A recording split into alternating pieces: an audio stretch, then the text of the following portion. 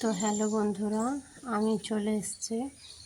দেখো, থালার মধ্যেও যে উনুন করা যায় আর সেই উনুনেও যে রান্না করা যায় সেটা দেখানোর জন্য আমি চলে এসেছি।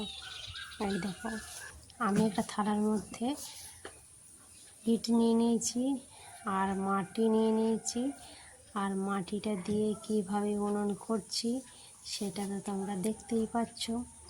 দেখো, এই উনুনের মধ্যে যে রান্না হতে পারে, তোমাদের এই অভিজ্ঞতা হয়তো আছে, কারো কারো হয়তো নেই।